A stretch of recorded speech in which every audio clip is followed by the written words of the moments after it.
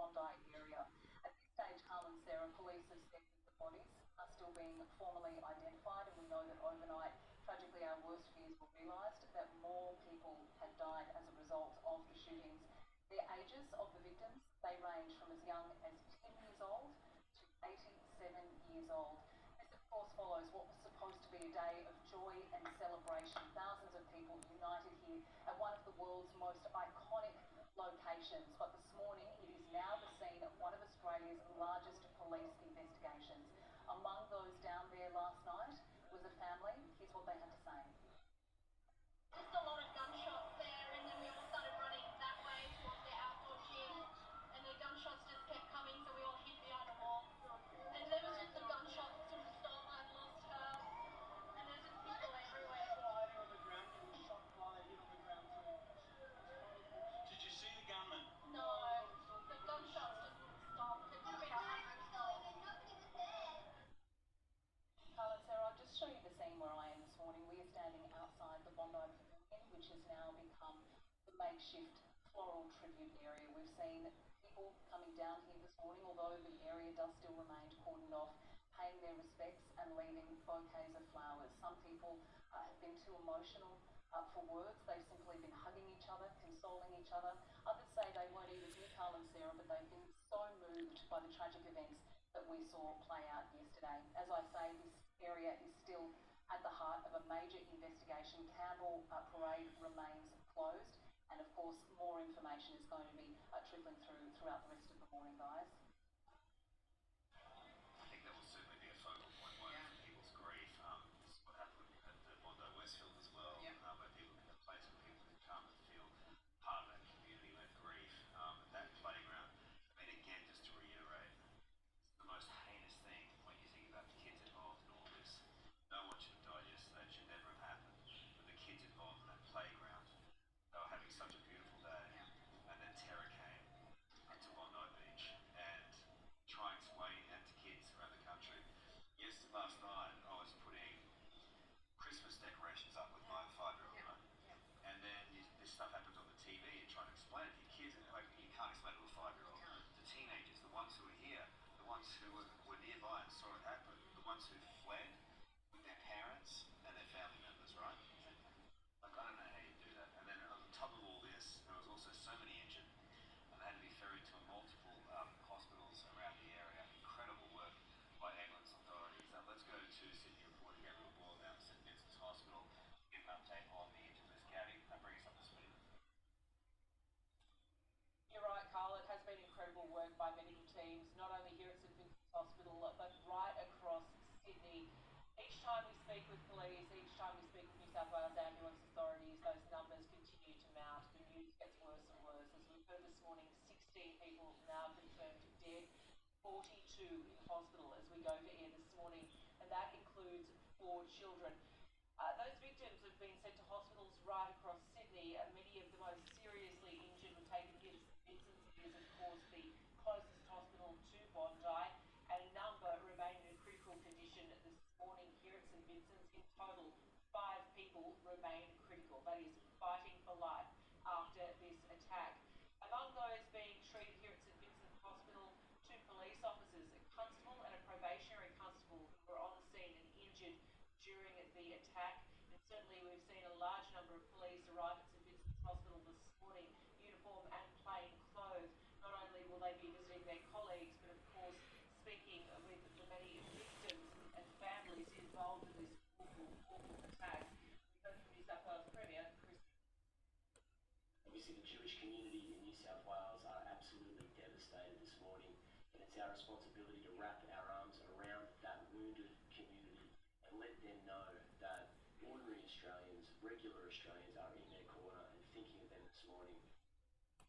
We know that our emergency teams plan and prepare for awful incidents like this, but really nothing could have prepared many of them for the scenes that they were confronted with last night at emergency wards. Extra doctors, extra nurses, extra medical administrators coming in on their time off to help out with such large scenes of chaos.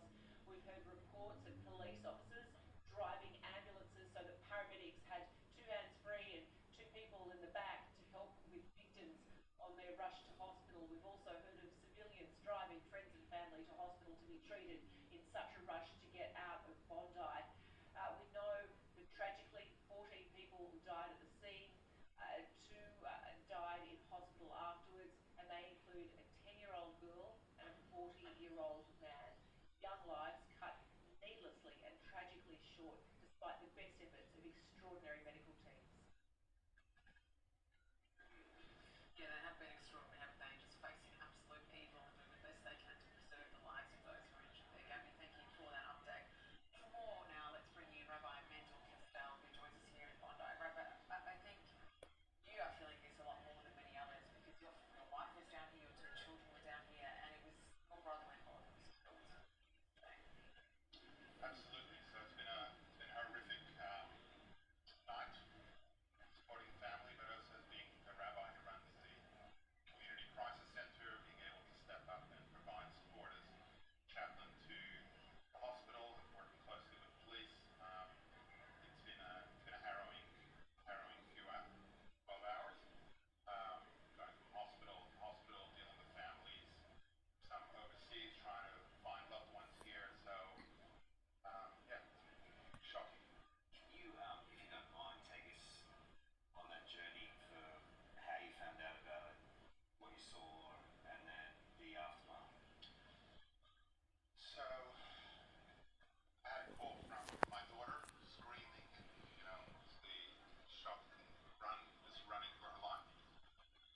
And then my wife ringing me, trying to track down my son, screaming and crying, and so it was just horrific. And this is before we knew what happened to her brother, to my brother-in-law. I came down to be with them. They were in the surf club. She had also, my brother-in-law's kids were there. At that point, we found out what's happened to him, and being able to support them with that being the ones who needed to tell them, that their dads passed away. So it was really, really tough, to try and keep it together, to get them to a point where they could be reunited with their family and then deal with it. How do you explain it? Like, how do you explain what happened to kids? Shock. It's absolute shock.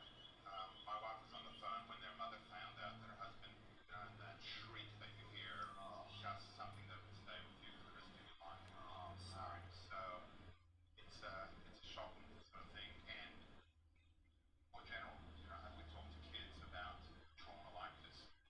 They've heard it, they see it on the news, they hear it from their friends. Their friends are affected by it. They've lost loved ones. So it's really important that we step in and we provide that support. We make sure that people are equipped to do this properly so that we can really put our arms around them and make sure that they get the right support that they need. Rabbi, that shriek from your sister-in-law, that's been echoed now 16 times.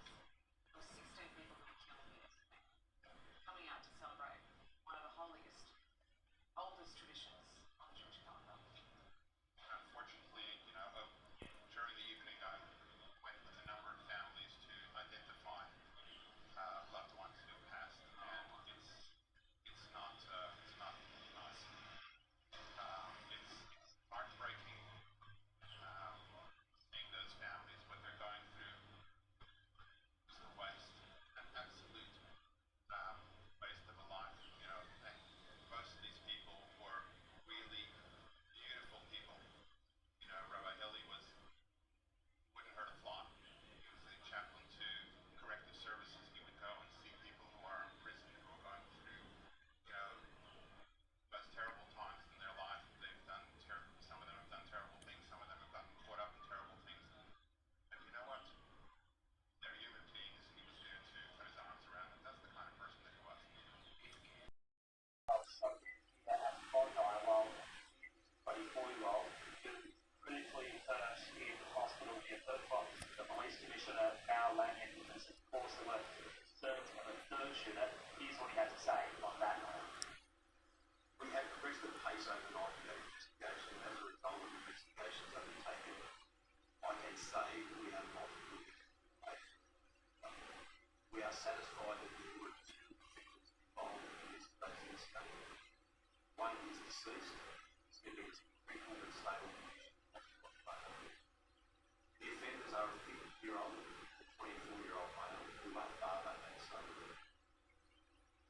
Police have had extraordinary new powers issued to them under this terror declaration, and have made the most of those powers overnight, raiding the 2 properties in Western Sydney, one in Bonnie Rig and another in Cairnsey. I can now tell you why those raids were carried out. The Bonnie Rig property is linked to one of the shooters, while the Cairnsey address was in fact an Airbnb, and intelligence suggests the father and the son were staying there. And recapping that news, and Nine News has named those people, those suspects, those shooters, as Sajid Akram and Nabil Akram. Carl and Sarah, before I leave you, I'll give you a live look at the news helicopter which is flying overhead at Bondi Beach at the moment, and as you can see there, we've got a large investigation underway as we speak. Police are here, as well as a whole bunch of forensics crews here.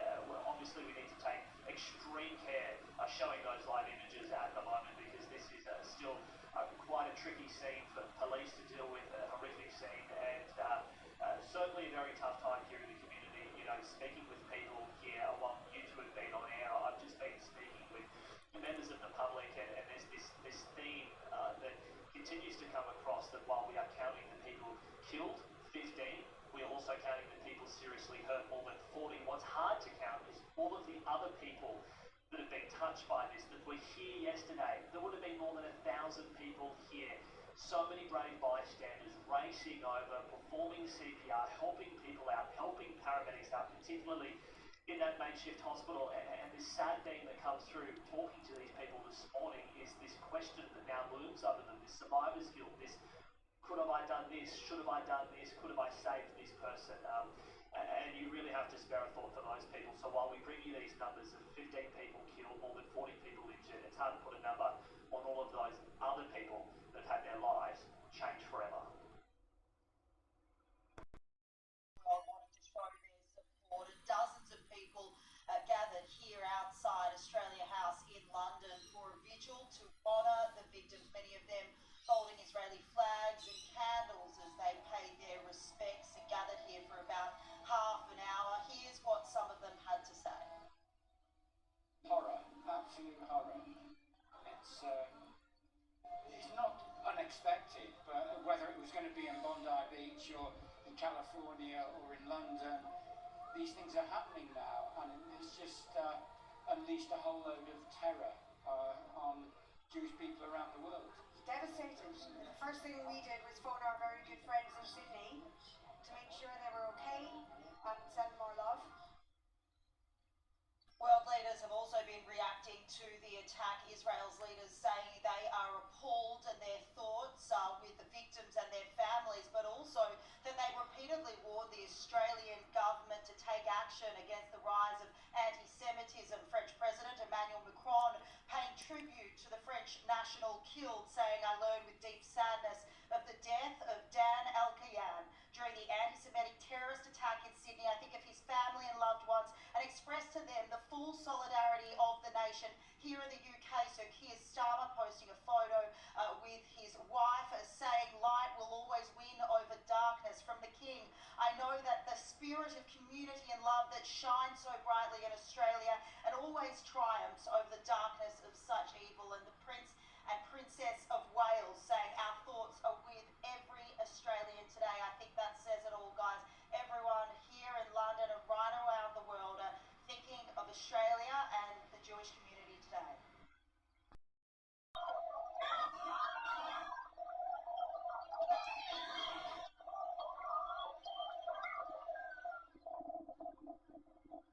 What do you say?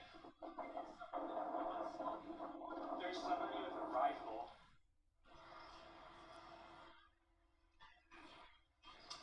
Well, that video was filmed by Absolutely not. So we had just taken a swim. It's a beautiful evening. Water was calm. We were drying off. We're just kind of looking forward to getting married. We just got engaged recently, and literally didn't even plan on coming to the beach. We hadn't been to the beach in a month, and came down for a swim. We heard some what we thought were fireworks. You know, you can hear my American accent. I really was doubtful that this was a shooting situation. This is Australia. This doesn't happen here.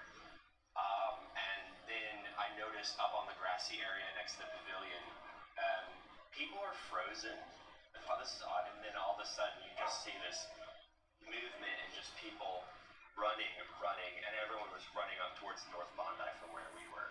So we just took off with the crowd, and I just pulled my phone out thinking, you know, if something happens to us, at least there'd be a memorial of what happened.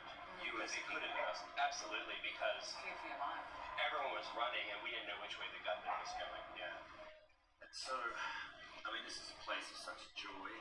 You have a stampede of people who are so panicked by just what they've heard. Some of them have seen things. And what is it like in the aftermath? You know, I think the thing for us is, obviously, yeah, this is a difficult situation to have gone through. However, after the shooting, I didn't want to leave. I really wanted to see if I could do something to help, because I think it would help for my own emotional processing, but also to see if there's like a lend a hand and find out what happened. So I went back down, and I did talk to a woman. So to answer your question, I talked with a woman that actually saw someone's, you know, this is live TV, but she saw someone get shot in the head, and you can imagine what that looks like. And I just held her hand as she sobbed and screamed, and she didn't know if her friends are okay.